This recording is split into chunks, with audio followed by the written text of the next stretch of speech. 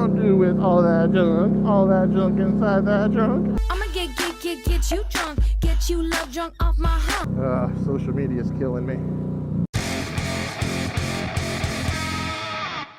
This is the way.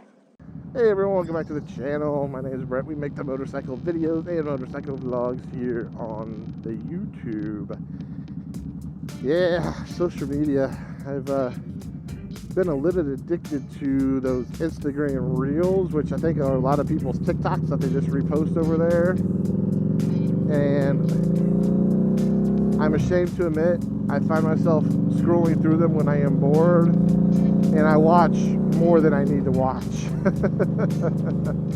That kind of brings me into the subject that I wanted to talk about today, though, which is how much social media is required or needed to be a successful moto vlogger. Because for me, I have about 1,500 followers on Instagram, about 22 on Facebook because I just don't do Facebook. You're not as scary as a book face over there. Yes, I am the popular social networking site known as Bookface. And then I have the 1,000+ subscribers on the YouTube channel. But what's funny is there's so many that don't overlap. So of that 1,500 on Instagram, maybe a couple hundred are actually over here on YouTube. And I just don't know how much good these other social media platforms do for my YouTube channel.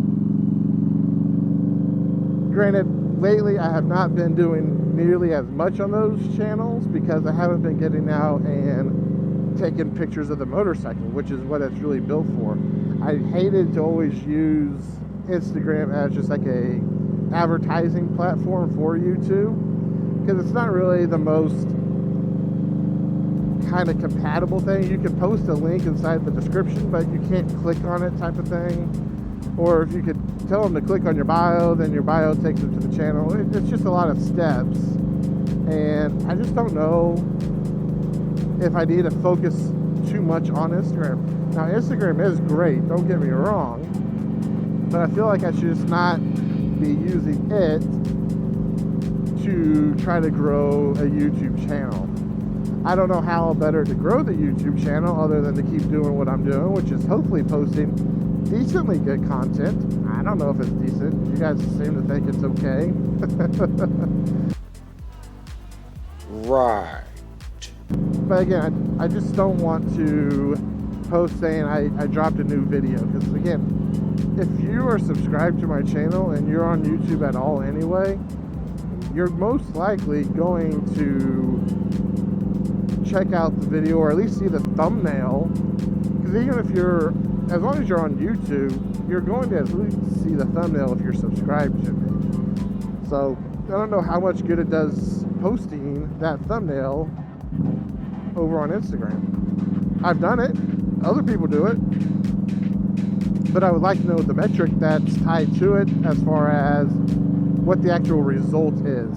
I know I can look at my posting analytics and I can see who's gone to my profile and who's done like a website click off of it. But man, it's just like the YouTube algorithm. If you don't play it right, it's just not going to be viewed by people who you're trying to bring into the channel. So that's just kind of what I kind of thought. And then you got all these other things like TikTok and Wham Bam and everything else. I don't know what Wham Bam is, but maybe I should create it. Wham Bam! Bam Bam! Wham Bam! But how much, if you are a successful TikToker and stuff like that, do you see any sort of channel drive from there? Because I feel like I got all my time tied up into YouTube at this point in time. I don't think I could really afford to do another social media platform, especially having to learn all the basics and everything of it and growing your following there. I just feel like I should probably just stick to what I know and continue to pump out YouTube videos. Good Lord, that sounds terrible.